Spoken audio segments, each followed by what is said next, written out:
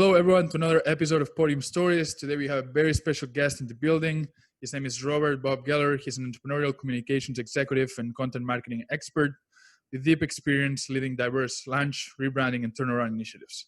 He's also the president of Fusion PR, which he joined in 2000, I believe, and helped grow to become a leading independent tech PR agency. So feel free to check them out. We'll put the link below as well in the description. Bob has been covering publications such as PR Week, PR News, and Bulldog Reporter, and he writes and speaks frequently on social media, content marketing, and PR, which for you, those of you listening, you'll see that there's some synergy there with what we do. Bob, thank you so much for being here. Thank you so much for having me on your podcast. It's great to meet you. And I should note to your audience that we actually found each other through social media. So this stuff does work, right? Absolutely. Yeah. We walk the talk. So it's good that this is actually showing results. I wanted to start with a bit of a different question because you were in business during the 2008 crisis, 2009. I was not there yet. I was actually probably beginning college or even before college. What are some of the important lessons you learned during that period that didn't help you prepare, because COVID was something that we were not expecting, but has been able to help you manage somehow this weird moment that we're in? Yeah, well, to show my age, I'll take you back even before 2008, and we can look to the dot-com crisis and or the meltdown. We started the agency in 2000, which of course was when the dot-com craze was peaking, and then of course it crashed. Yep. After that, not long after that, we had 9/11. What day is it today, by the way? Yeah. September 11th. The 2008 you mentioned, what's happening now. We can even look at the 2016 election. There was a lot of noise around that. I mean, all these events were similar in some ways. Of course, they're very different. What's happening today is very different. But they all had some common threads as well. I mean, they spelled, I guess, uncertainty. We had to reassure our employees that we would do our best to make sure they still had a job. We had to be sensitive to their needs, make sure they felt safe. We had to reassure clients, sometimes adjust programs. We had to give people permission to go out there and do their jobs, because there's a lot of noise, concern, confusion in the media. They don't necessarily want to cover our clients' press release. So we have to, and some of them are saying, by the way, hold your fire, PR industry. Don't pitch us stories now, which I found a little bit hypocritical. Because they're writing these stories and not all, in case of emergency, break this glass kind of story that you have to have it. I mean, they're riffing on the topic. They're writing for an audience. We have relevant stories if we want to share them. So we have to let our team know that it's okay to go out there and pitch carefully. We don't want to be ambulance chasers, but we want to still do our jobs. That's something very interesting, because we face the same thing, right? We create a lot of content for B2B CEOs. And during like those key moments, we didn't know, or we were at that dilemma of like, should we still create content as usual and post on Twitter and LinkedIn as usual? Should we pause content creation right now? What should we do? So it's interesting that you guys kind of were in a similar situation and had to figure out a way. I mean, there's really no other way than to be relevant, continue to be relevant. Luckily, I mean, we're in the tech sector. So we have clients in cybersecurity. There's relevant stories there about increasing attack surfaces from people working at home. Right. We're in workforce management technology. So of course, working remotely, there's a pitch there. I mean, a lot of our clients had angles. If the media wants to write about this, if this is what people are concerned about, then we should bring them stories that relate. In other cases, we're in very niche sectors where they're still writing about big data. They're still writing about financial technologies and security. So, I mean, we're also pursuing those stories. And it is a more challenging environment for sure, but we're still getting great results for our clients. That's great. I want to talk about PR as an industry as well. Many people in the marketing community suggest that PR might be dead the way we know it, right? Well, I don't think that's entirely true. PR, I think, is going through a change that is significant, right? Like, what do you think, or how do you think PR has changed over the last 5 to 10 years? What do you guys find different now from 2010 or 2000? Well, it really has had to change, let's face it. I mean, how we get information has changed. People are more cynical about news these days. It's a much more noisy environment in general. There are more ways to take your story directly to the key audiences. So if we don't leverage those channels, then we're making mistakes. So the better agencies have found ways to adapt. At Fusion PR, we most certainly leverage social media. We have worked content marketing to the mix, influencer marketing as well. So we're tapping all those channels. I love how you guys were able to adapt and adjust, right? It does seem to me that the old PR of like, we're just going to publish on Forbes and entrepreneur and all those things might be a bit outdated. I'm not saying it's not necessary, but there's other ways that it seems like you guys have been able to incorporate Okay. into your marketing services and marketing mix. Was But I that a don't. challenging process? It was because we had to basically learn things that were new to us. And I've tried to be out there in front of things and provide a good example for the team. For example, I was out there blogging very early when blogging was just taking off. I was, one of the first on Twitter. So we try to figure things out ourselves and then bring these best practices and tactics to our clients. And then, of course, you have to hire the right people. So Right. we try to find people who have a good mix of those skills. You wrote an article a while back titled "Taking on the PR Agency Haters," which I thought was very interesting. And in that article, you talk about it is once again the rigor to slam PR agencies. Why do you think PR has taken like a bad rep for some people over the last few years? Because I've seen that trend as well, and I was interesting to hear your thoughts about that. Well, listen, I'm not that surprised. There's been, first of all, you mentioned PR is dead or the press release is dead. That meme started out over 10 years ago, a guy named Tom Ferensky. I don't know if you heard that name, but he's a reporter out in Silicon Valley. And he wrote this and it got a lot of attention. Guess what? Business Wire, PR Newswire are doing more business than ever. Right.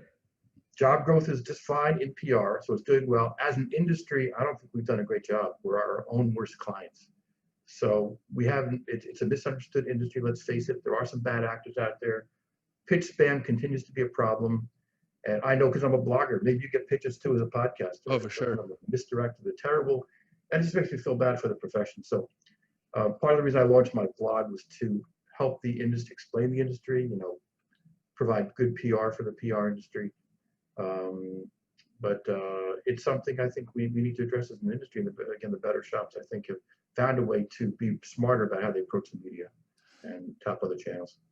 It also seems to me, and maybe you disagree with this, but for example, I have this podcast and I get probably 5 to 6 LinkedIn pitches every single day of people wanting to jump in the podcast as a guest.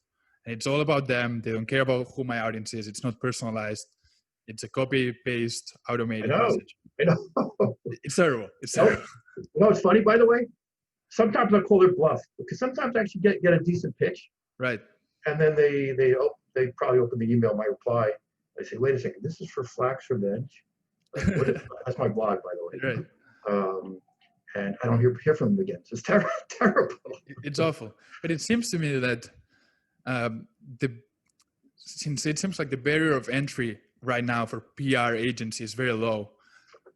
I'd say there's a very high percentage of PR agencies, which are not really agencies, doing terrible job like that, right? Like we're going to spam you on LinkedIn.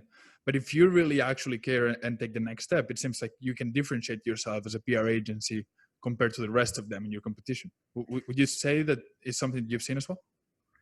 I would agree. I mean, ultimately, you have to demonstrate results. And, the next client trying to sign will ask about your track record and ask for case studies. So if you can't provide those, you're not going to get anywhere, I don't think. Right. Maybe you have an advantage, by the way. Podcasting seems a little bit more challenging. There's technology. You have to figure it out. And I've tried it myself. I know it's not easy, so I really, by the way, I love your podcast. I think you do a fantastic I appreciate job. it, Bob. Yeah, honestly, and like I said, I get so many pitches that some of them are good. It just, they never answer the question of why us, right? Like a lot of them is just about them. And if having a podcast takes time, like this episode, I don't think people see it, but there's been a research of questions back and forth.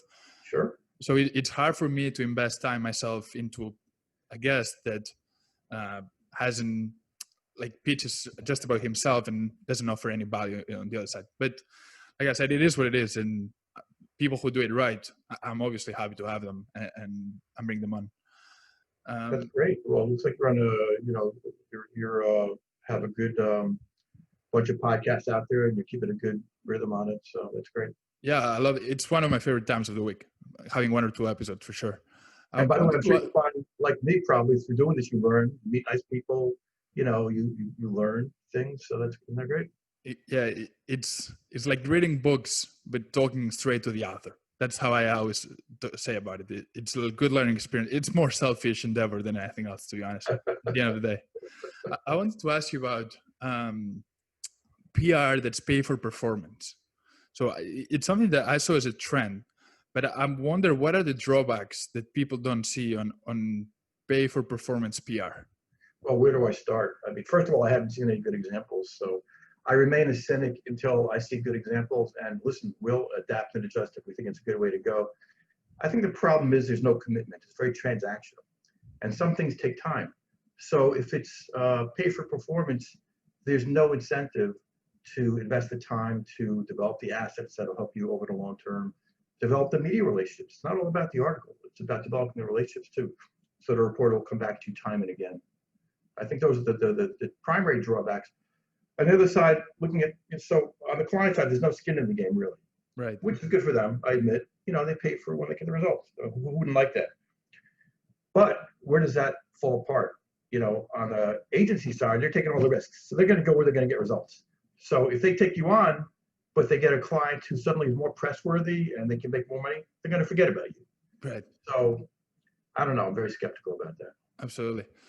You talk about results, and I wanted to ask you about what are the KPIs that people should track, or companies and PR agencies should track on that relationship, right? Like what are the how do you tie down PR with results? Because a lot of PR is not going to be like Facebook ads, right? Like you don't put $1 in and you know that you're going to get $1.35 back.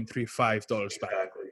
So, because I do content myself and it's very similar to PR in that end. So how do you guys like show results, or what KPIs do you guys track? In general, we try to align KPIs with whatever goals the business goals the client's trying to achieve. So they may be different for a startup launching versus an established brand that just wants to protect their turf. But things like there's short term, there's long term. Short term, there's things like deliverables, which of course are easy to measure. A document, a plan, messages, story. As far as results go, we have things like coverage and measuring in all different kinds of ways. Quantity, quality, are your messages getting through in the stories? Do you have good share of voice? Is your share of voice growing? Is your share of conversation growing for certain topics that are important? Those are all important indicators. And over time, it's about brand, right? And that's kind of a long-term play. Right. Because there's this element that you mentioned, brand equity, right? Like brand. And it's hard to measure if a brand is growing or not. So are those the things that you'd say that's what makes brand equity grow? Conversations, because it's hard to measure there's not a brand that is worth $2,500,000, right? So how do you measure that brand equity? It's a really good question. It's not easy. I mean, the quick answer is not easy, but there are ways. There's some low tech and high tech ways. And our client typically is a startup that's trying to break through to larger markets, get more market share, and hopefully exit, have a nice exit, whether it's acquisition or a IPO. So maybe one measurement is company valuation, which at least in part ties to intangible like brand recognition. That's one thing. Some low-tech ways might be brand perception, brand awareness. Before a campaign, after a campaign, you do a survey and see if that's moved the needle. I know there's some tools out there that look at your online presence and try to put a number on your brand. Yeah, it's complicated. We found the same thing. It's hard to define the exact value of brand equity, but the things you offer, I think, give a good overview Exactly. of it's growing or not, and how it's changing. And by the way, the activities, that's the long-term play in our programs. Again, remember I mentioned focusing on the long-term, not just the short-term. So over long-term, for sure, we want to increase the brand recognition. And I think we know intuitively, although it's hard to measure, people buy from brands they know and recognize and like, right? If they don't know who you are, it's going to be a tougher sale. Yeah, the way we talk about it with the clients, it's more of a common sense type of thing, right? Like Facebook ads or paid advertisements, I think they have this report tracking that you can like see return on ad spend, right? But with PR, with content, it's a bit different. And I think it's a conversation that needs to happen between clients and the agency beforehand to manage those expectations. Yeah, I mean, absolutely. If you're a large enterprise, you have a pretty big budget, you can invest in this emerging tools that do attribution, marketing attribution. Yeah. And they're not exact either, but they can get a sense in terms of what are you spending where and what kind of results is that generating. Yeah. But those are expensive tools. And sometimes it costs more to measure than actually to do the job, so you have to decide at the end of the day. I remember we were working with a client who had one of these, tracking tools that tracked everything, and they were spending more on the tracking tool than the investment on us. And I was like, let's do this. Let's move that investment to us. And once we're growing, then we'll add the tracking. But it's hard to measure everything and track everything and PR and content. True. But I would say in an online world, more things are measurable. Like one thing we're doing now that we worked on maybe 5 years ago is correlating the media coverage with inbound web traffic, for example. You can do that these days. Yeah. So that kind of closes the loop a little bit. And that this is straight media. Once you're into social media and online, there's a lot of different things you can measure as far as results. So, but at the end of the day, a lot of it gets back to, some of it's anecdotal. A lot of it gets back to, do you have a good relationship with the client? I mean, are they hearing about good buzz from their customers? Most of our clients we've had for years. So, I mean, clearly they're coming back. They pay the fee every month because it's working for them. Absolutely. So we talk about that relationship, client and agency. And I want to ask you, what are some good questions that if somebody's looking for a PR partner, somebody's looking for a company like Fusion PR, what are good questions that they should ask you to evaluate if you could be a good fitting agency partner for them, and if you're serious about your work? Sure. Well, one of the first things to do before even having a conversation is check them out. Hopefully they have experience that is relevant. That's one of the most important things. The price and the size of the agency should be taken into consideration. A startup's not going to go with one of the, a really large agency necessarily with a fee spent in the hire. Chemistry. So at some point you will have a conversation with them.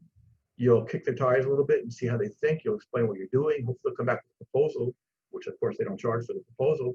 They'll show you some examples of their thinking and ideas and campaigns.